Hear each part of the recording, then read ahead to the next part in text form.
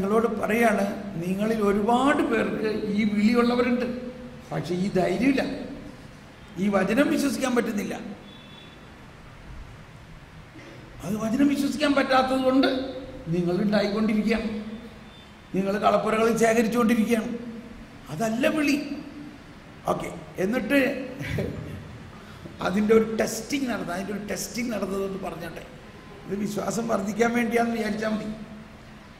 2 ദിവസം കഴിഞ്ഞപ്പോൾ ഞങ്ങളുടെ 2 ഫ്ലാറ്റാണ്. ഒരു ഫ്ലാറ്റിൽ ഞങ്ങൾ വീട്ടിൽ, അടുത്ത ഫ്ലാറ്റിൽ നമ്മുടെ ടീം മുഴുവനും.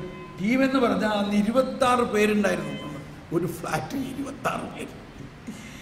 ഇപ്പം നിയമപരമായി എന്നിട്ട് ആ സ്തുതിപ്പും ബഹളമൊക്കെ ഇട്ടിട്ട് ഹൗസിംഗ് കോളനിക്കാർ പ്രതിഷേധിച്ചിട്ട് പിന്നെ അവിടെ നിന്ന് ഞങ്ങൾ വേറെ സ്ഥലത്തേക്ക് മാറേണ്ടി വന്നു. അപ്പോൾ ഒരു ദിവസം വൈകുന്നേരം ഈ കിച്ചൺ ഭക്ഷണം ഉണ്ടാക്കുന്നതിന് ഇൻചാർജായിട്ടുള്ളൊരു പെൺകുട്ടി ഉണ്ട്. അവൾ വന്നിട്ട് പറയാണ്, ബ്രദറെ നാളെ രാവിലേക്ക് ഒന്നുമില്ല, ബ്രേക്ക്ഫാസ്റ്റിനൊന്നുമില്ല. ഞാൻ നീ നേരത്തെ പറയണ്ടേ? ഞാൻ ഉദ്ദേശിച്ച് ബ്രദറിനെ അറിയുമായിരിക്കുമെന്ന് വിചാരിച്ചു. അപ്പോൾ എൻ്റെ ഭാര്യ എന്നെ ഒന്ന് സൂക്ഷിച്ച് നോക്കി. എന്താ സൂക്ഷിച്ച് നോക്കി? നല്ല ജോലി ഉണ്ടായിരുന്നതെല്ലാം കളഞ്ഞ് ഇപ്പോൾ കുറേ ആൾക്കാരെയും വീട്ടിൽ കൊണ്ടുവന്ന് താമസിപ്പിച്ച് അവർക്ക് കഞ്ഞി കുടിക്കാൻ കൊടുക്കാനും പറ്റുന്നില്ല. എന്താ ചെയ്യുക? അപ്പോൾ ഇതൊക്കെ കർത്താവ് എന്നെ പരീക്ഷിക്കാൻ വേണ്ടിയാണ്. അപ്പോൾ ഞാൻ വിട്ട് കളയോ ഇത്? 26 പേർക്ക് നാളെ രാവിലെ, പിന്നെ നമ്മളുടെ വീട്ടുകാരും കൂടി ഒരു 30 പേർക്കുള്ള രാവിലത്തെ പ്രാതൽ വേണം, ഭക്ഷണമില്ല. അപ്പോൾ ഞാൻ നോക്കിയപ്പോൾ എൻ്റെ പേഴ്സ് എടുത്ത് നോക്കിയപ്പോൾ എൻ്റെ പേഴ്സിൻ്റെ അകത്ത് ഒറ്റ കാശുമില്ല. Praise the Lord. പേഴ്സിൻ്റെ അടുത്ത് ഒറ്റ കാശില്ലാണ്ടാവുമ്പോൾ എനിക്ക് ഭയങ്കര സന്തോഷമാണ് ശരിക്കും. എന്നാൽ ഉടനെ വരും എന്നറിയാം. ചില സമയത്ത് എൻ്റെ പേഴ്സിൻ്റെ അകത്ത് 10 രൂപയ്ക്ക് എടുക്കേണ്ടി ഞാൻ ഉടനെ എടുപ്പില്ല. ആരെങ്കിലും ധർമ്മക്കാർക്ക് കൊടുക്കും. കാരണം അത് വേഗം എംറ്റി ആക്കിയാലല്ലേ പിന്നെ വരുള്ളൂ. ഇതൊക്കെയാണ് നമ്മുടെ ചില ശാസ്ത്രം. ഒരിക്കൽ ഒരു ധർമ്മക്കാരൻ വന്നപ്പോൾ എൻ്റെ പേഴ്സ് തുറന്നപ്പോൾ 10 ഇല്ല, 100ൻ്റെ നോട്ടേ ഉള്ളൂ. ഒരു 100ൻ്റെ നോട്ട് മാത്രമേ ഉള്ളൂ. ഇപ്പം എന്ത് ചെയ്യണം? ഇതൊക്കെ നടന്ന സംഭവമാണ്. ഞാൻ കർത്താവേ, 1 വെച്ചാൽ 10, 10 വെച്ചാൽ 100. ഇതൊക്കെ കർത്താവിൻ്റെ വചനം കേട്ടോ. ഇത് മറ്റേ ചീട്ടുകളി അല്ല ഈ പറയണത്. ഞാൻ ആ 100 രൂപ എടുത്ത് ധർമ്മക്കാരന് കൊടുത്തു. അയാൾ കണ്ണ് തള്ളിയാണ് നോക്കാൻ. ഇതെന്ത് പറ്റി? ഇയാൾക്ക് വല്ല തെറ്റ് പറ്റിയിട്ടുണ്ടാവോ എന്ന് ചോദിച്ചു. ആള് നോക്കിയിട്ട് ഇത് തിരിച്ചു മേടിക്കില്ല, നീ കൊണ്ടുപോയിക്കോ, ധൈര്യമായിട്ട് കൊണ്ടുപോയിക്കോ. ഞാൻ പറയാണ്, എനിക്ക് വൈകുന്നേരം ആകുമ്പോഴേക്കും ഈ 100ന് 100 എനിക്ക് കൊണ്ട് വന്നോളൂ. ശരിക്കും അന്ന് വൈകുന്നേരത്ത് ഒരാൾ വീട്ടിൽ വന്നിട്ട്, ബ്രദർ ഇവിടെയാണ് താമസിക്കുന്നതെന്ന് എനിക്ക് ഇപ്പോഴാണ് മനസ്സിലായത്. ധൈര്യം ഇച്ചിരി കാശ് കയ്യിൽ വെച്ചിരിക്കാം. നോക്കിയപ്പോൾ 10,000 രൂപ. ഇനി ഭക്ഷണത്തിൻ്റെ കാര്യം പറഞ്ഞു. അപ്പോൾ വൈകുന്നേരമായി, പേഴ്സിൽ കാശൊന്നുമില്ല. അപ്പോൾ ഞാൻ പറഞ്ഞു, കർത്താവേ. അപ്പോൾ ഉടനെ കർത്താവ് പറഞ്ഞു, ഞാൻ പറഞ്ഞിട്ടില്ലേ നിന്നോട്, ആകാശത്തിലെ പക്ഷികളെ നോക്കുക. ആകാശത്തിലെ പക്ഷികൾക്ക് ഭക്ഷണം കൊടുക്കുന്നതിന് മുമ്പ് നിനക്ക് ഭക്ഷണം തന്നിരിക്കും. Praise the Lord. ഞാൻ പറഞ്ഞു, നിങ്ങൾ പോയി കിടന്നോ, കർത്താവ് നടത്തിക്കൊള്ളുന്നു. ഞാനത് മറന്നുപോയി. രാവിലെ സാധാരണ പള്ളിയിൽ പോകാൻ നേരത്ത് ഞങ്ങളൊക്കെ പള്ളിയിൽ പോകാൻ 6:30 മണിക്ക് എണീറ്റ് 6:30 അല്ലെങ്കിൽ 6:30 പള്ളിയിൽ പോകാൻ വേണ്ടി 6 മണിക്ക് പുറത്തിറങ്ങുമ്പോൾ ഈ പെൺകുട്ടി എന്നെ ഓടി വന്നിട്ട്, ബ്രദറെ, ഒരാൾ വലിയൊരു വാരിക്കൊട്ടയിൽ അപ്പവും ഏത്തപ്പഴവും ഒക്കെ വന്നേക്കണം. വാരിക്കൊട്ടാന്ന് പോലെ മനസ്സിലായില്ല, നമ്മൾ നാളികേരം. ആ നാളികേരം കൊണ്ടുപോകണം വലിയൊരു കൊട്ടയിൽ. അയാളെന്തിനൊക്കെ കൊണ്ടുവന്നത് പറഞ്ഞു വിടട്ടെ. നോ. ഇന്നലെ എന്താ കർത്താവ് പറഞ്ഞേ? കർത്താവ് എന്താ പറഞ്ഞേ? ആകാശത്തിലെ പക്ഷികൾക്ക് ഭക്ഷണം കൊടുക്കുന്നതിന് മുമ്പ് നിനക്ക് ഭക്ഷണം. എനിക്ക് ഭയങ്കര ആകാംക്ഷയുമായി, ഇതാരാ ഇത് അയച്ചത്? ആ സംഭവം സാധനം എന്തെന്നുള്ളതല്ല, അതിൻ്റെ ആർക്കാണ് ഈ അരുളപ്പാടുണ്ടായത്? ആരോടോ ദൈവം സംസാരിച്ചിട്ടുണ്ട്. ഇതാണ് ശരിയായ അരുളപ്പാട് എന്ന് പറയുന്നത്. അങ്ങനെയുള്ളവരെ കർത്താവ് കുറേ പേര് നമ്മുടെ കൂട്ടിൽ വന്നിട്ടുണ്ട്, ഇല്ലേ എല്ലി ചേച്ചി? ഈ ശുശ്രൂഷ നടത്തുന്നതിൽ ഏറ്റവും ഒരു സന്തോഷം, ഇങ്ങനെ ഒരാൾ വന്ന് പറയാണ്. അപ്പോൾ അയാളൊരു കാർഡ് തന്നു. ആ കാർഡ് നോക്കിയപ്പോൾ എനിക്ക് ആളെ മനസ്സിലായി. ഞാൻ അദ്ദേഹത്തെ കുറച്ച് കഴിഞ്ഞ് വിളിച്ചു, പള്ളിയിൽ പോയി കഴിഞ്ഞിട്ട് വിളിച്ചു പറഞ്ഞു, താങ്ക് യു സാർ, അയച്ച സംഭവങ്ങളെല്ലാം കിട്ടി. പക്ഷേ എൻ്റെ ആകാംക്ഷ, എന്തുകൊണ്ട്, എപ്പോൾ, എങ്ങനെ നിങ്ങൾക്ക് ഇത് ഇങ്ങോട്ടേക്ക് അയക്കാൻ തോന്നി? അത് ഇന്നലെ ഞങ്ങൾ വൈകുന്നേരത്ത് ഞാനും ഭാര്യയും സാധനങ്ങൾ മേടിക്കാൻ ചെന്നപ്പോൾ ഭാര്യ പറഞ്ഞു, നമുക്ക് കുറച്ച് സാധനങ്ങൾ ഈ ബ്രദറിൻ്റെ മിനിസ്ട്രിയിൽ അവർക്ക് നാളത്തെ ബ്രേക്ക്ഫാസ്റ്റിനുള്ളത് മേടിച്ചാൽ അയച്ചു കൊടുക്കാം. അതിനെന്താ, എത്ര മണിക്കാണ്? ഏകദേശം 7 മണി സമയമായിരുന്നു. കറക്റ്റ് ആ സമയത്താണ് എന്നോട് കർത്താവ് പറയുന്നത്, ഈ നാളെ രാവിലെ കോഴി അല്ലെങ്കിൽ ഭക്ഷണം പക്ഷികൾക്ക് ഭക്ഷിക്കുന്നതിന് മുമ്പ് നിനക്ക് തരും.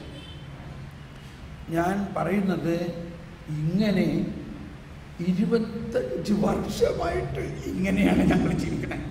ഞങ്ങൾ മാത്രമല്ല, ഞങ്ങളുടെ കൂടെയുള്ള ഒരുപാട് ശുശ്രൂഷകരെല്ലാവരുടെയും ജീവിതം ഇങ്ങനെ തന്നെയാണ്.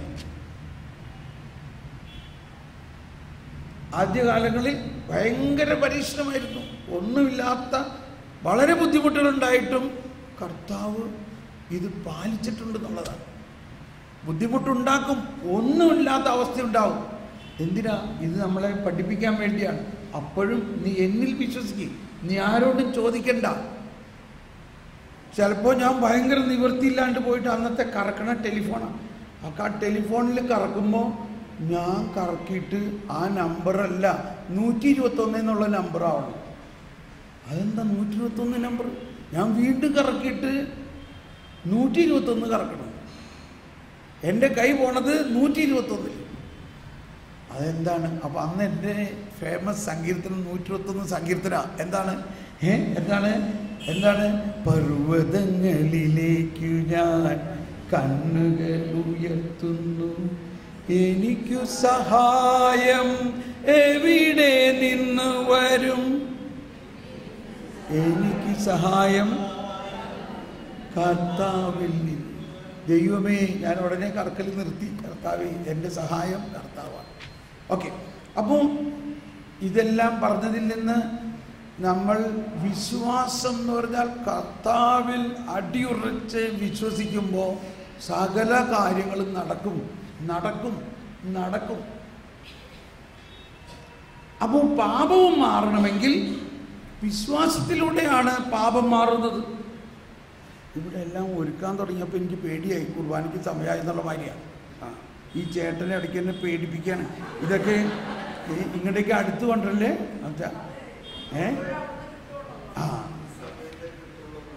ശരി, കുഴപ്പമില്ല. ഈ കുർബാനയുടെ സാധനങ്ങളൊക്കെ എടുത്തു കൊണ്ടുവന്നപ്പോഴേക്കും ഞാൻ വിചാരിച്ചത് 12 ആയിട്ടുള്ളൂ. കാരണം ഇനി നമുക്ക് ഒരുപാട് കാര്യങ്ങൾ പഠിക്കാനുണ്ട് കേട്ടോ ഇന്ന്. ഓക്കെ. അപ്പോൾ ഇനി മനസ്സിലാക്കേണ്ട ഒരു കാര്യം, ഉദ്ഭവപാപം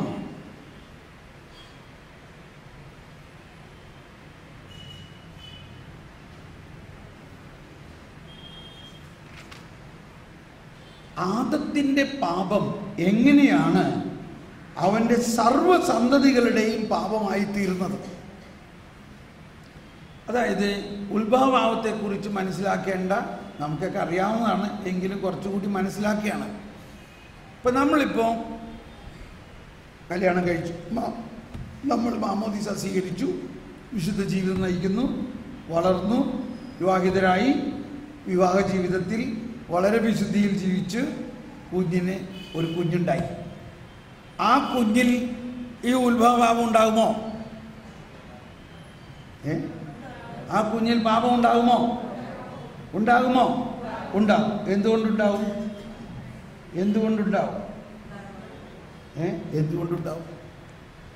അപ്പോൾ ഈ ജനിക്കുന്ന എല്ലാ മനുഷ്യരിലും ഉത്ഭവഭാവം ഉണ്ടാവും. അതുകൊണ്ടാണ് അതിനെ ജന്മപാപം എന്ന് പറയുന്നത്. അത് ജനിക്കുന്ന എല്ലാവരിലും ഉണ്ടാവും. എല്ലാ ജാതി മതസ്ഥരിലും. അപ്പോൾ എന്തുകൊണ്ടാണ് ക്രിസ്ത്യാനികളിലും ബുദ്ധിസ്റ്റുകളിലും ഹിന്ദുക്കളിലും ഇസ്ലാമുകളിലും IS-കാരിലും എല്ലാം ഈ ജന്മപാപം ഉണ്ടോ? ഉണ്ട്. എന്തുകൊണ്ടുണ്ട്? ആദം എന്ന ഒരാളുടെ പാപം മൂലമാണ്. അപ്പോൾ ഈ പ്രപഞ്ചത്തിലുള്ള എല്ലാ മനുഷ്യരും, ഇപ്പം IS-കാരെ നമ്മൾ കുറ്റം പറയുന്നുണ്ടാകാം, അവരെ കുറ്റം പറയുന്നു, പക്ഷെ അവരെല്ലാം ഇത് ചെയ്യണത് എന്തുകൊണ്ടാണ്? അവരിലുള്ള ഉത്ഭവപാപം ഇപ്പോഴും വിശുദ്ധീകരിച്ചതായിട്ട് അവർക്ക് അനുഭവമില്ലാത്തതുകൊണ്ടാണ്.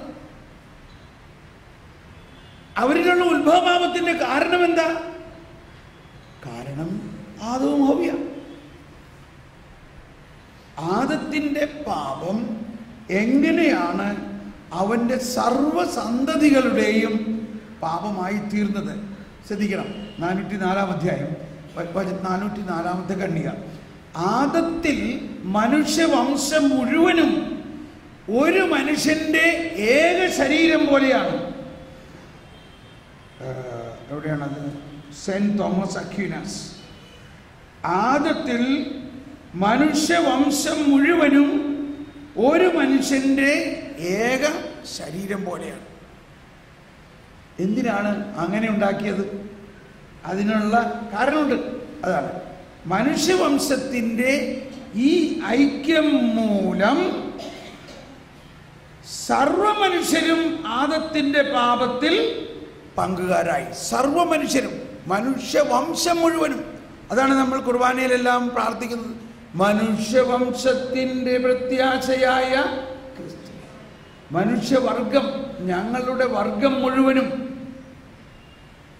നമ്മൾ ഈ കുർബാന അർപ്പിക്കുന്നത് മനുഷ്യവംശത്തിന് മുഴുവനാണ്. മനുഷ്യവംശത്തിൻ്റെ ഈ ഐക്യം മൂലം സർവമനുഷ്യരും ആദത്തിന്റെ പാപത്തിൽ പങ്കുകാരായി. ശ്രദ്ധിക്കണം, ഒന്ന് കൈവീശി കാണിച്ചേ. അല്ലോ, എന്തിനാണ് അങ്ങനെ ഒന്നുണ്ടാക്കിയത് തന്നെ? അത് ഇതിനു വേണ്ടിയാണ്. എന്തിനു വേണ്ടി? സർവരും ക്രിസ്തുവിന്റെ നീതിയിൽ പങ്കുകാരായതുപോലെ. Price the Lord. അപ്പോൾ ആദം എന്ന ഒരു വ്യക്തിയുടെ പാപം മൂലം സമസ്ത വംശവും ഒരു ശരീരം പോലെ ആദത്തിന്റെ പാപത്തിൽ പങ്കുകാരായെങ്കിൽ മറ്റൊരു മനുഷ്യനായ രണ്ടാമത്തെ ആദമായ യേശുക്രിസ്തുവിന്റെ നീതി, ഈ നീതി ആരിലെല്ലാം പരന്നു? മനുഷ്യവംശം മുഴുവനിലും ഓൾറെഡി പരന്നിരിക്കുന്നു. ഇത് പരന്നിരിക്കുന്നു. എപ്പോൾ മുതൽ പരന്നു? ഇത് യേശു ഈ ബലി അർപ്പിച്ചപ്പോൾ മുതൽ. ഇനി മനുഷ്യവംശത്തിന്റെ പാപം മാറ്റാൻ മറ്റൊരു ബലിയർപ്പണത്തിന്റെ ആവശ്യമുണ്ടോ? ആദത്തിൻ പിഴ കാരണമായി മർത്യനു വന്ന കടം വീട്ടാൻ ക്രിസ്തു നമുക്കായി തന്റെ രക്തം ചിന്തിയൊഴിച്ച ശിക്ഷകളും ആകയാൽ രക്ഷകനാഗമിക്കാൻ ഹേതുവാം പാപമേ ഭാഗ്യപൂർണം ഈശുദ്ധിയ ധർമ്മമെല്ലാം നേരായി തന്നെ തുരത്തിയിടുന്നു. ഓക്കെ, അപ്പോൾ ഒരിക്കൽ കൂടി ഒന്നുകൂടി കേട്ടോ. സർവമനുഷ്യരും ആദത്തിന്റെ പാപത്തിൽ പങ്കുകാരായി സർവരും ക്രിസ്തുവിന്റെ നീതിയിൽ. കണ്ടോ, ഇവിടെ എല്ലാം പറയുന്ന വാക്ക് ശ്രദ്ധിക്കണം. നീതി, ക്രിസ്തുവിന്റെ നീതി. അത് ഇവിടുത്തെ ഈ സിവിൽ കോടതിയിലെ നീതിയല്ല. ഇനിന്ന നിയമപ്രകാരം ഇനിന്ന ശിക്ഷ ചെയ്യുന്നവരെ ശിക്ഷിക്കുന്ന നീതിയല്ല. അതിന് നേരെ വിപരീതമാണ്. നേരെ വിപരീതം. ഒരച്ഛൻ പ്രസംഗത്തിൽ പറഞ്ഞിങ്ങനെ കേൾക്കാൻ, ഒരു സാറ് സ്കൂൾ അധ്യാപകനായിരുന്നു, റിട്ടയറായി, ഹെഡ് മാഷായിരുന്നു. അദ്ദേഹം ഒരു തെറ്റ് ചെയ്തു. അദ്ദേഹത്തിനെ കോടതിയിൽ ഹാജരാക്കി. കോടതിയിൽ ചെന്നപ്പോൾ ജഡ്ജി ആയിട്ടിരിക്കുന്ന ആള് ഒരു സ്റ്റുഡൻ്റായിരുന്നു അദ്ദേഹത്തിൻ്റെ. അത് കണ്ടപ്പോൾ തന്നെ സമാധാനമായി. ഇനി ഈ മകനെ ഞാൻ എന്തോരം പഠിപ്പിച്ചേക്കണതാ, അതുകൊണ്ട് അവൻ എന്നോട് സഹാനുഭൂതിയോടെ പെരുമാറും എന്ന് പ്രതീക്ഷിച്ചു. പക്ഷേ അദ്ദേഹം, ജഡ്ജി പറഞ്ഞു, സാറേ, നിങ്ങൾ ഇതിനെ കുറ്റം ചെയ്തതിൻ്റെ പേരിൽ പ്രതിയാണ്, ഇന്നിന്ന വകുപ്പ് അനുസരിച്ച് 5000 രൂപ നിങ്ങൾ പഴയ അടയ്ക്കണം. ഇവൻ എന്നിട്ടും എന്നോട് ഇങ്ങനെ ചെയ്തല്ലോ എന്ന് ഇദ്ദേഹത്തിന് ഭയങ്കര പ്രയാസം തോന്നി. അങ്ങനെ പഴയ അടയ്ക്കാൻ വേണ്ടി അവിടെ ചെന്നു. പഴയ അടയ്ക്കാൻ വേണ്ടി ട്രഷറിയിൽ ചെന്നു. ഇന്ന കേസ്, ഇന്ന ആള് ഈ 5000 രൂപ പഴയ അടയ്ക്കാൻ ചെന്നപ്പോൾ ട്രഷറിയിൽ കാഷ്യർ പറയാം, അത് സാറേ അത് അടച്ചു കഴിഞ്ഞല്ലോ ആരോ ഒന്ന്. അതാരാ അടച്ചേ? അതാ ജഡ്ജി സാറ് തന്നെ ഒന്ന് അടച്ചല്ലോ. നല്ലൊരു ഉദാഹരണമല്ലേ? ആ ജഡ്ജിക്ക് ഇദ്ദേഹത്തോട് സ്നേഹമുണ്ട്, പക്ഷേ ആ സ്നേഹം അനുസരിച്ച് അദ്ദേഹം പഴയടച്ചിരിക്കണം. ഓക്കെ, പക്ഷെ ഇതിനേക്കാൾ വലിയ നീതിയാണ് കർത്താവ് ഈശോ മിശിഹായുടെ നീതി. കർത്താവ് ഈശോ മിശിഹായുടെ നീതിയിൽ നമ്മളെ ജയിലിൽ വരെ കേറ്റില്ല, നമ്മളെ പ്രതിക്കൂട്ടിൽ നിർത്തില്ല. നമ്മളെ പ്രതിക്കൂട്ടിൽ നിർത്തില്ല, നമ്മളെ തോളിലേറ്റിക്കൊണ്ടു പോകുന്ന നീതിയാണ്. വെറുതെ ആണോ ഈ എംബ്ലം ഒക്കെ ഉണ്ടാക്കിയേക്കണത്? എന്താ അതിൻ്റെ അർത്ഥം? നമ്മളെ തോളിലേറ്റിക്കൊണ്ട് നമ്മളെ പ്രതിക്കൂട്ടിൽ നിർത്തുന്നതാണോ അവിടെ നീതി? അപ്പോൾ ദൈവത്തിൻ്റെ നീതി, യേശുക്രിസ്തുവിലൂടെ വെളിവായ നീതി പങ്കുകാരായി ഗ്രഹിക്കാനാകാത്ത ഉത്ഭവപാപത്തിൻ്റെ സംക്രമണം നമുക്ക് പൂർണ്ണമായി ഗ്രഹിക്കാനാകാത്ത ഒരു രഹസ്യമാണ്. ഇതിപ്പോഴും നമുക്ക് ഗ്രഹിക്കാനാകാത്ത ഒരു രഹസ്യമാണ്. അലക്സിസ് ഇവിടെയാണ്. ഇപ്പോൾ അലക്സിസ് പലപ്പോഴും ചോദിക്കുന്നൊരു ചോദ്യമാണ്, കോൺക്യൂപ്പിസൻസ് എങ്ങനെ മാറ്റാം?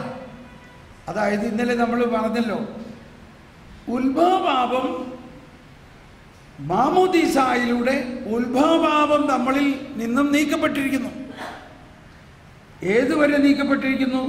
സ്വർഗരാജ്യത്തിലേക്കുള്ള പ്രവേശനം തടയുന്ന ഒന്നും നമ്മളിൽ ഉണ്ടാവില്ല. മാമോദീസ സ്വീകരിച്ച വ്യക്തിയിൽ ഉത്ഭവപാപത്തിലൂടെ നമ്മളിൽ വന്ന പാപത്തിൽ സ്വർഗരാജ്യത്തിലേക്കുള്ള പ്രവേശനം തടയുന്ന ഒന്നും നമ്മളിൽ ഉണ്ടാകില്ല. അതാണ് മാമോദീസായിലൂടെ ജീവന്റെ അടയാളത്താൽ മുദ്ര കുത്തപ്പെട്ടവർ എന്ന് പറഞ്ഞാൽ അത്രയ്ക്ക് ശ്രേഷ്ഠമാണ് മാമോദീസ. അത് നമ്മളെ മുദ്ര കുത്തിയത് കൊണ്ടോ നമ്മുടെ വിശ്വാസം കൊണ്ടോ മാത്രമല്ല, ദൈവത്തിൻ്റെ വിശ്വസ്തത കൊണ്ടും കർത്താവ് ഈശോ മിശിഹ നമുക്ക് വേണ്ടി ചെയ്ത ആ നീതി കൊണ്ടാണ്, നീതീകരണം കൊണ്ടാണ്. കർത്താവ് ഈശോ മിശിഹ ആദത്തിൻ്റെ പാപം മുഴുവനെ ഏറ്റെടുത്തുകൊണ്ട് ആദത്തിൻ്റെ പാപം മൂലം ആരിലെല്ലാം ആ പാപത്തിൻ്റെ സംക്രമണം ഉണ്ടായോ അവരിലെല്ലാവരും കൃപയും നീതിയും ഒഴുകുന്ന ഒരു പുതിയ നീതി നടപ്പാക്കി. അത് വിശ്വസിച്ചെന്നവരാണ് സ്നാനപ്പെടുന്നത്. അതിന് പലതരത്തിലുള്ള സ്നാനമുണ്ട്. പള്ളിയിൽ വരാതെ സ്നാനമുണ്ട്. ഞാൻ ജർമ്മനിയിൽ ധ്യാനിപ്പിക്കുമ്പോൾ ഒരു ചെഴുത്തി ധ്യാനം കൊണ്ട് ചെഴുത്തി പറയണം, എൻ്റെ ബ്രദറെ, എൻ്റെ കൂടെ ഒരു ഗാർഡനറുണ്ട്. അവൻ ഹിന്ദു അല്ല, അവൻ ക്രിസ്ത്യാനിയല്ല. ഞാനൊരു ദിവസം ഗാർഡനിൽ വെച്ചിട്ട് അവൻ്റെ മേലെ വെള്ളം തെളിച്ചുകൊണ്ട് പറഞ്ഞ്, പിതാവിൻ്റെയും പുത്രൻ്റെയും പരിശുദ്ധാത്മാവിൻ്റെയും നാമത്തിൽ നിന്നെ ഞാൻ സ്നാനപ്പെടുത്തുന്നു. ഇതിപ്പോൾ ഏത് നിയമപ്രകാരം ഒന്നും എന്നോട് ചോദിക്കണ്ട, അവർക്ക് അങ്ങനെ തോന്നി. അവർ പറയാണ്, പിറ്റേ ദിവസം മുതൽ ഇവനാള് വേറൊരാളാണ്, ഇവന് ഭയങ്കര വ്യത്യാസം, ഇവൻ എന്നോട് കർത്താവ് ഈശോ മിശിഹായെക്കുറിച്ച് എന്നെ പഠിപ്പിക്കണം, എന്നെ പള്ളിയിൽ കൊണ്ടുപോകണം, ഇവനങ്ങ് മാറി. ഞങ്ങൾക്ക് പരിചയമുള്ള ഒരു രമ എന്ന് പറഞ്ഞൊരു സഹോദരി ഉണ്ട്. സ്നാനം കൂടിയിട്ട് സ്വീകരിച്ചിട്ടില്ല എങ്കിലും നമ്മളെക്കാൾ കൂടുതൽ സുവിശേഷം പ്രഘോഷിക്കും. എന്ത് പറഞ്ഞാലും പറയും, പരിശുദ്ധാത്മാവ് എന്നോട് അങ്ങനെ പറഞ്ഞു, പരിശുദ്ധാത്മാവ് പറഞ്ഞു തോമസ് പോളിൻ്റെ 50 ദിവസത്തെ ധ്യാനത്തിന് പോകാൻ പറഞ്ഞു. ഞാൻ പറഞ്ഞു, കർത്താവ് പരിശുദ്ധാത്മാവ്, എനിക്ക് 4 പിള്ളേരാണ് ഉള്ളത്, പൊടി പിള്ളേരാണ്, ഞാൻ എങ്ങനെ 4 പിള്ളേരെ വിട്ടിട്ട് പോകും? ഞാൻ പരിശുദ്ധാത്മാവിനോട് പറഞ്ഞു, അങ്ങനെ ഞാൻ പോകണമെന്നുണ്ടെങ്കിൽ നീ തന്നെ എൻ്റെ ഭർത്താവിനോട് സംസാരിക്കണം. ധ്യാനത്തിൻ്റെ തലേ ദിവസം ആയപ്പോഴും ഒരനക്കൂല്ല. ഞാൻ പറഞ്ഞു, പരിശുദ്ധാത്മാവെ നീ എന്തുട്ടാ ചെയ്യണേ? വൈകുന്നേരം ആയപ്പോൾ എൻ്റെ ഭർത്താവ് വന്നിട്ട് പറയാണ്, നിനക്ക് എന്തോ സന്ദേശം ഉണ്ടെന്ന് തോന്നുന്നുണ്ടല്ലോ, സന്ദേശം ഉണ്ടെങ്കിൽ അങ്ങനെ ചെയ്തോട്ടോ, പിള്ളേരൊക്കെ ഞാൻ നോക്കിക്കോളാം. ഓ, അപ്പോൾ പറഞ്ഞു 9 ദിവസത്തെ ധ്യാനത്തിന് പോകാൻ കുഴപ്പമില്ല, നീ പോയിക്കോ, കാരണം ദൈവം സന്ദേശം തന്നിട്ട് അനുസരിച്ചില്ലെങ്കിലേ നമുക്ക് ദൂഷ്യാവും, അതുകൊണ്ട് നീ പോയിക്കോ. ഞാൻ 9 ദിവസവും പിള്ളേരെ നോക്കി ഞാൻ നടത്തി. എനിക്ക് തോന്നണില്ല ഞാൻ ഒരു ക്രിസ്ത്യാനി അപ്പൻ ഈ 9 ദിവസം 4 പിള്ളേർക്ക് വെച്ച് വിളമ്പി കൊടുത്ത് കുളിപ്പിച്ച് അവരെ സ്കൂളിൽ കൊണ്ടുപോകുന്ന എനിക്ക് സാധിക്കും തോന്നണില്ലേ. പക്ഷെ ഈ ഹിന്ദുവായ മനുഷ്യൻ അത് ചെയ്തു എന്നുള്ളതാണ്. അപ്പം അങ്ങനെയുള്ള ഈ രമ പറയാണ്, അവളൊരു ധ്യാനത്തിന് ഇങ്ങനെ സാക്ഷ്യം പറയാൻ വന്നപ്പോൾ അവളോട് പരിശുദ്ധാത്മാവ് പറഞ്ഞു, ഇന്ന ഈ സ്ഥലത്തിന് ഇത്ര വീട് അകലെയാണ് നിൻ്റെ ഇളയമ്മയുടെ വീട്, ഇളയമ്മയ്ക്ക് സുഖമില്ലാന്നറിയാമല്ലോ, നീ അവിടെ വരെ ഒന്ന് പോയേ എന്ന്. ഇളയമ്മ എന്ന് പറഞ്ഞാൽ അമ്മയുടെ അനിയത്തി. അപ്പോൾ ഇൻ്റർവെല്ല് സമയത്ത് ഉച്ചയൂണി സമയത്ത് എന്നോട് ചോദിച്ചു, ഇങ്ങനെ എനിക്കിന്ന് അവിടെ വരെ പോകണമെന്ന് തോന്നുന്നുണ്ട്, പരിശുദ്ധാത്മാവ് അങ്ങനെ പറയുന്നു. എന്നാൽ പിന്നെ പോയിക്കൊള്ളാം. അവിടെ ചെന്നപ്പോൾ സുഖമില്ലാണ്ട് ഇളയമ്മ ഇങ്ങനെ മരിക്കാൻ പോണമാതിരി കിടക്കുകയാണ്. ഇവർ ചെന്നപ്പോൾ മക്കൾ ആരോ അവിടെ ഉണ്ടായിരുന്നവർ പറഞ്ഞു, അതായാലും ചേച്ചി ഇവിടെ നിൽക്കി, ഞാനൊന്ന് മാർക്കറ്റിൽ പോയിട്ട് വരട്ടെ എന്നും പറഞ്ഞ് അവിടെ കൂട്ടി നിന്നിരുന്ന അവരുടെ മകൾ പോയി. അപ്പോൾ പരിശുദ്ധാത്മാവ് പറയാണ്, ഇപ്പം ആരുമില്ല, നീ ഈ ഇളയമ്മേനെ സ്നാനപ്പെടുത്തിക്കോ. നല്ല തക്കം. ഏത് ഇവള് സ്നാനപ്പെട്ടെടുത്തില്ലേ, ഈ രമ ഇപ്പോഴും മാമോദിസ സ്വീകരിച്ചിട്ടില്ല. പക്ഷെ അതാണ്, മാമോദിസ സ്വീകരിക്കാത്ത ഒരാൾക്ക് പോലും മറ്റൊരാൾക്ക് മാമോദിസ കൊടുക്കാം. അതൊക്കെ ഇതിനകത്ത് എഴുതിയിട്ടുണ്ട്. ഇവള് വെള്ളം എടുത്ത് സ്നാനം വെള്ളമാക്കി. പിതാവിൻ്റെയും പുത്രൻ്റെയും പരിശുദ്ധാത്മാവിൻ്റെയും നാമത്തിൽ, യേശു കർത്താവിൻ്റെ നാമത്തിൽ ഞാൻ നിന്നെ സ്നാനപ്പെടുത്തുന്നെന്ന് പറഞ്ഞ് ഈ ഇളയമ്മേനെ സ്നാനപ്പെടുത്തി. എന്തിനു പറയണു, 5 മിനിറ്റ് കഴിഞ്ഞോടുകൂടി ഈ ഇളയമ്മ കട്ടിലിട്ട് അവരുടെ സകല സൂക്കേട് മാറി ആളെ എഴുന്നേറ്റ് നടക്കാൻ പറഞ്ഞു. അപ്പോൾ ഒന്ന് ആലോചിച്ച് നോക്ക്, നമ്മൾ ഈ വിശ്വാസികളെന്നും പറഞ്ഞുകൊണ്ട് വിശ്വാസത്തെ അയ്യോ ഇതെന്ത് അത്ഭുതം, ഇപ്പത് ഫോൺ വിളിച്ചുകൊണ്ടിരിക്കുന്നത് ഈ രമയാണ്. ഹലോ ഹലോ ആ രമ, ഞാനിപ്പതേ നിന്റെ സാക്ഷ്യം ഇവിടെ ധ്യാനത്തിൽ പറഞ്ഞുകൊണ്ടിരിക്കുന്ന നേരത്താണ് നീ വിളിക്കണത്. Price the Lord. എന്താ പറയണേ, ഞാൻ ഇച്ചിരി കഴിഞ്ഞിട്ട് വിളിക്കാം. ഹലോ, ഇപ്പം ബാംഗ്ലൂരാണ്, ഇപ്പം ധ്യാനത്തിൽ നിന്റെ സാക്ഷ്യം ഞാൻ പറഞ്ഞുകൊണ്ടിരിക്കുമ്പോഴാണ് നീ ഇപ്പോൾ ഫോൺ വിളിക്കുന്നത്. Price the Lord. ഓ കണ്ടോ, ഇതാണ്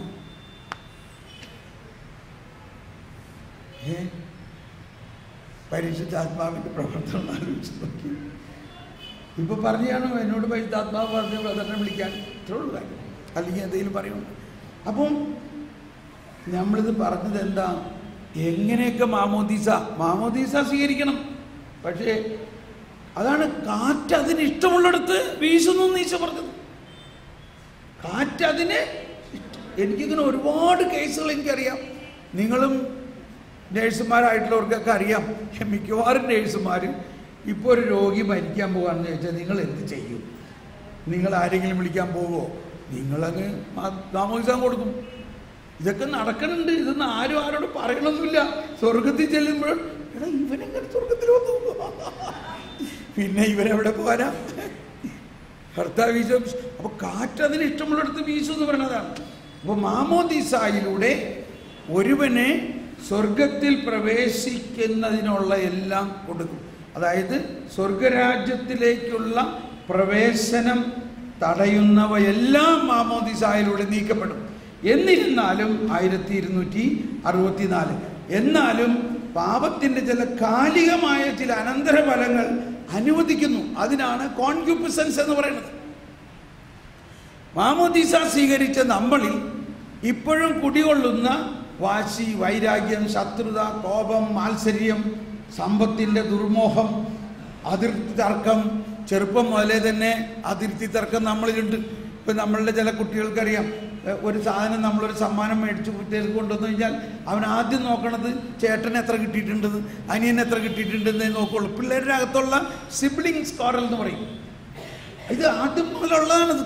എപ്പോൾ മുതലുള്ളത്? ഇതൊക്കെ ഉത്ഭവപാപത്തിൻ്റെ പരിണിത ഫലമാണ്. അതാണ് കായേനും ആബേലും അവർ രണ്ടുപേരും ബലിയർപ്പിച്ചു. പക്ഷേ കർത്താവ് ആബേലിൻ്റെ ബലിയിൽ സംപ്രീതനായെന്ന് കേട്ടപ്പോൾ കായേന് അസൂയായി. കണ്ടു, ഇതിപ്പോഴും നമ്മുടെ വീട്ടിലുണ്ട്. അപ്പോൾ ഇതെല്ലാം കോൺക്യൂപ്പിസൻസിൻ്റെ ഒരു ഭാഗമാണ്. അപ്പം അങ്ങനെ നമ്മളിൽ ഉള്ള കോൺക്യൂപ്പിസൻസിൽ അല്ലെങ്കിൽ ഈ ഇൻക്ലിനേഷൻ, പാപത്തിൻ്റെ ചായ്വ് നമ്മളിൽ നിന്നും പൂർണ്ണമായിട്ട് ഒരിക്കലും മാറില്ല. അത് പൂർണ്ണമായിട്ട് മാറുന്നതാണ് മരണാനന്തരമുള്ള ശുദ്ധീകരണത്തിൻ്റെ ആവശ്യം. അപ്പം മരിക്കുന്ന സമയത്ത് വരെ ഇതുണ്ടാകും പുറത്തൊക്കെ.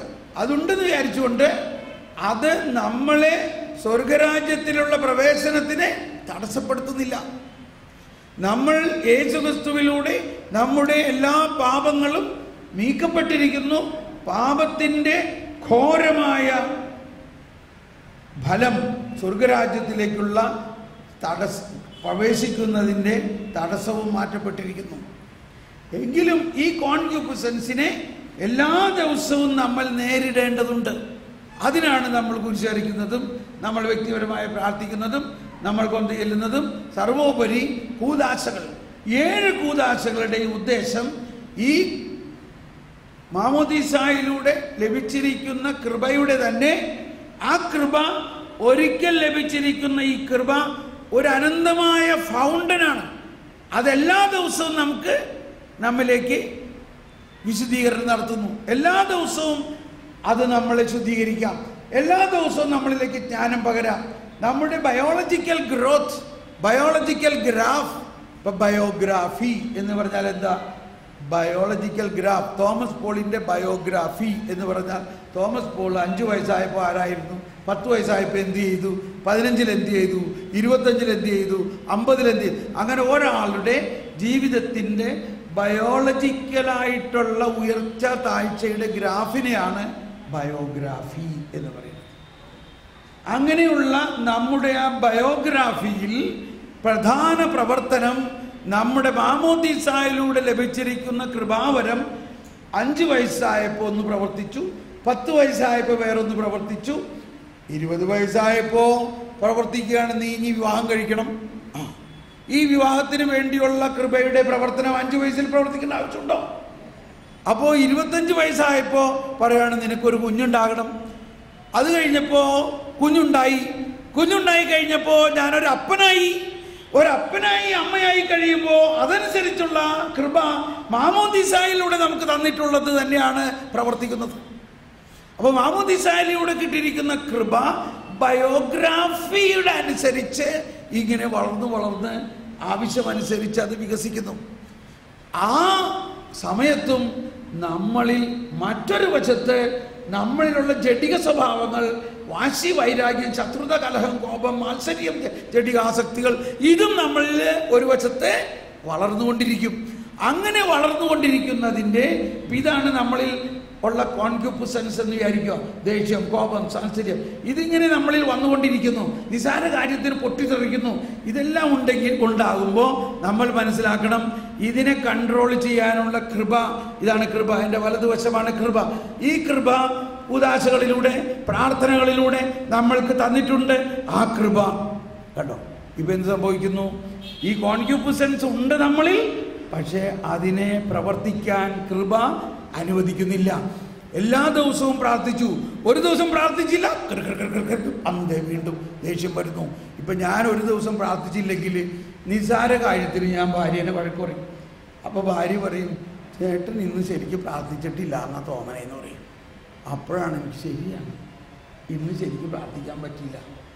നമ്മൾ വ്യക്തിപരമായ പ്രാർത്ഥനയും കൗദാശിക ജീവിതം എന്ന് പറഞ്ഞാൽ സമയാസമയത്തിന് കുമ്പസാരിക്കുക, കുർബാന കൈക്കൊള്ളുക, അതുപോലെയുള്ള കൗദാശിക ജീവിതവും നിലനിൽക്കുകയാണെങ്കിൽ ഈ കൂദാശകൾ നമ്മളെ ഉപദ്രവിക്കില്ല. പക്ഷേ ഈ കൂദാശകൾ ഈ കോൺക്യൂപ്പിസൻസ് നമ്മളെ ഉപദ്രവിക്കില്ല. അപ്പോൾ ഈ കോൺക്യൂപ്പിസൻസിനെ നമ്മളെ ഉപദ്രവിക്കാനുള്ള ശക്തിയില്ല. എന്നാൽ ഈ കോൺക്യൂപ്പിസൻസിനെ കൺട്രോൾ ചെയ്താൽ മാത്രമേ ദൈവരാജ്യത്തിലെ സുഖകരമായ ഒരു ജീവിതം നമുക്കുണ്ടാകുകയുള്ളൂ.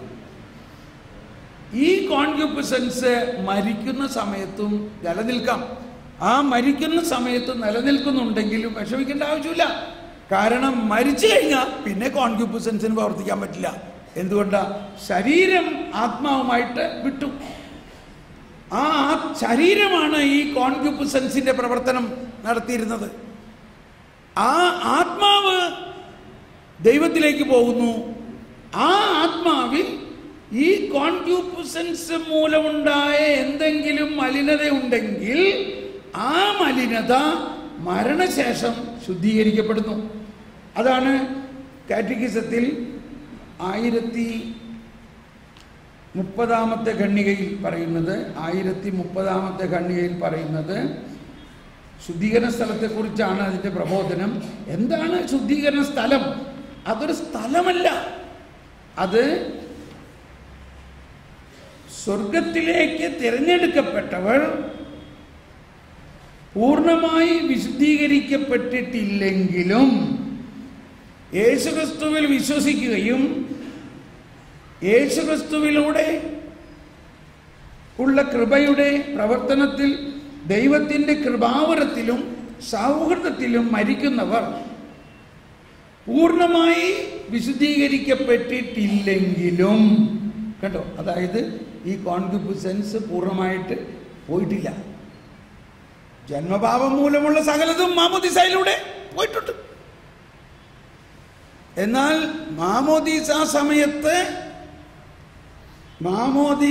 സമയത്ത് തന്നെ നമ്മളിൽ അനുവദിക്കപ്പെട്ടിട്ടുള്ളത് നമ്മൾ മനസ്സിലാക്കണം. ഉത്ഭവഭാവം തന്നെ തിന്മ അനുവദിച്ചത് എന്തിനു വേണ്ടിയാണ്? അതിൽ നിന്ന് തന്നെ നന്മയുണ്ടാകാൻ വേണ്ടിയാണ്. അപ്പോൾ ദൈവത്തിൻ്റെ കൃപാവരത്തിലും സൗഹൃദത്തിലും മരിക്കുന്നവർ, അതായത് ഒരു വിശ്വാസത്തിൽ മരിക്കുന്നവർ പൂർണ്ണമായും ശുദ്ധീകരിക്കപ്പെട്ടവരല്ലെങ്കിലും നിത്യരക്ഷയുടെ സ്വർഗഭാഗ്യത്തിൻ്റെ ഉറപ്പ് നേടിയവരാണ്. അവർ സ്വർഗത്തിലേക്ക് പോകും. എന്നാൽ സ്വർഗീയ ആനന്ദത്തിലും പ്രവേശിക്കാൻ ആവശ്യമായ പൂർണ്ണമായ വിശുദ്ധി നേടുന്നതിന് വേണ്ടി അവർ മരണാനന്തരം വിശുദ്ധീകരണത്തിന് വിധേയരായിത്തീരുന്നു. ഇതിനെ ചിന്തിക്കേണ്ടത്, ഇത് നമ്മുടെ ദൈവമക്കളായ നമ്മൾക്കുള്ള ഒരു പ്രിവിലേജാണത്. പ്രിവിലേജിന് മലയാളം എന്താ? പ്രിവിലേജ് ഒരു ആനുകൂല്യം. ആനുകൂല്യം എന്ന് വിചാരിച്ചോ? അതിനേക്കാൾ വലിയൊരു അനുഗ്രഹമാണ്. അതായത് യേശുക്രിസ്തുവിൽ വിശ്വസിക്കുന്നവന് മാമോദീസായിലൂടെ ജീവന്റെ അടയാളത്താൽ അവൻ മുദ്ര കുത്തപ്പെടുകയും ഇനി അവന്റെ ഈ ജീവിതകാലത്ത് എന്തെങ്കിലും പാപങ്ങൾ അവനിലുണ്ടെങ്കിൽ അതെല്ലാം അവന് പശ്ചാത്തപിച്ച് കുമ്പസാരത്തിലൂടെ മാറ്റാം, കുർബാനയിലൂടെ മാറ്റാം. അതുകൂടാതെ അവനിൽ ഇനിയും എന്തെങ്കിലും കോൺക്യുപിസൻസ് ബാക്കി നിൽക്കുന്നുണ്ടെങ്കിൽ ദൈവം തന്നെ ഗ്യാരണ്ടി ചെയ്യുന്നു അത് മരണശേഷം ശുദ്ധീകരിക്കപ്പെടും. ആരുടെ പ്രവൃത്തിയിലൂടെ? കർത്താവ് ഈശോ മിശിഹായുടെ വിലമതിയാത്ത തിരിച്ചോരയുടെ യോഗ്യതയാണ്. യെസ്, ഈ ജീവിതത്തിൽ തന്നെ ആക്കാൻ പറ്റിയേക്കാം. അത് ചില ആളുകൾക്ക് അങ്ങനെ ഒരു വിളി ഉണ്ടാകും. പക്ഷെ സാധാരണഗതിയിൽ ഈ ജീവിതത്തിൽ, ഉദാഹരണത്തിന് ചില വിശുദ്ധര് നിരവധി വർഷം മരിച്ച മാതിരി കിടന്ന് പൂർണ്ണമായി സഹിച്ച് ആ സഹനത്തിൻ്റെ ഉച്ചകോടി അനുഭവത്തിലൊക്കെ വന്നിട്ടുള്ള ആൾക്കാരുണ്ട്. ഉദാഹരണത്തിന് അങ്ങനെ കേട്ടിട്ടുള്ള 1-2 പേർക്ക് നമുക്കറിയാവുന്ന ഒന്നാണ് ബ്രദർ ക്ലൗസല്ല. 20 വർഷം വിശുദ്ധ കുർബാന മാത്രം ഭക്ഷണമായി സ്വീകരിച്ച് ജീവിച്ച ഒരു വ്യക്തിയാണ്. അപ്പോൾ അങ്ങനെ സംഭവിക്കാം. ഓക്കെ, നിൽക്കട്ടെ. ഇപ്പോൾ നമ്മൾ മനസ്സിലാക്കിയത് ഈ പാപത്തെക്കുറിച്ച് നമ്മൾ അത്ര ഭയത്തോടെ കാണേണ്ട ആവശ്യമില്ല എന്നും പാപം ഉണ്ടാകുന്നത് ദൈവം അനുവദിച്ചത് കൊണ്ടാണെന്നും ദൈവം എന്തെങ്കിലും അനുവദിക്കുന്നുണ്ടെങ്കിൽ അതിന് മറുമരുന്ന് അല്ലെങ്കിൽ അതിന് പ്രതിവിധി മുൻകൂട്ടി തയ്യാറാക്കിയിട്ടാണ് അത് അനുവദിക്കുന്നതെന്ന് മനസ്സിലാക്കണം. സഹനത്തിൻ്റെ കാര്യത്തിലായാലും അങ്ങനെ തന്നെയാണ്. നമ്മൾ സഹനം ഉണ്ടായി കഴിയുമ്പോഴാണ് മനസ്സിലാകുന്നത് എന്തുകൊണ്ടാണ് നമ്മുടെ ചിന്ത മുഴുവനും നമ്മുടെ ചിന്ത മീൻ മേടിച്ചോ, ഇറച്ചി മേടിച്ചോ, ആ സ്ഥലത്തിന് കാശ്, ഇതാണ് ചിന്ത. നമ്മളെ ചിന്ത പരിശുദ്ധാത്മാവിനെ ചിന്തിക്കണം. കർത്താവ് ഈശോ മിശിഹ എപ്പോഴും പറയണത് എന്താ? എനിക്ക് അങ്ങോട്ട് പോകണം, അവിടെ ആളുകൾ എന്നെ കൊല്ലാൻ നോക്കിയിരിക്കുകയാണ്. ആരെങ്കിലും അങ്ങനെ പോകുമോ? ആരെങ്കിലും പോകുമോ? അവിടെ ആൾക്കാർ എന്നെ കൊല്ലാൻ നോക്കിയിരിക്കുകയാണെങ്കിൽ ആ വഴിക്ക് പോകുമോ? കർത്താവ് പറഞ്ഞതിൻ്റെ അർത്ഥം എനിക്ക് വേഗം ജെറുസലേമിലേക്ക് പോകണം, അവിടെ ആളുകൾ എന്നെ കൊല്ലാൻ നോക്കിയിരിക്കുകയാണ്. ഇതല്ലേ പറഞ്ഞതിൻ്റെ അർത്ഥം? അതാണ്. അപ്പോൾ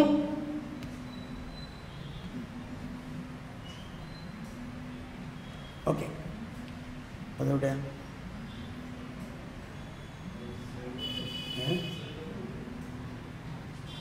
ഓക്കെ, ഞാൻ പറഞ്ഞത് പരിശുദ്ധാത്മാവിലുള്ള ജീവിതത്തിൻ്റെ മറ്റൊരു വശമാണ്. ഇതൊരു വളർച്ചയിലേക്കുള്ള ഒരു ക്ലാസ്സാണെന്ന് വിചാരിച്ചിട്ടാണ് പറയണത്.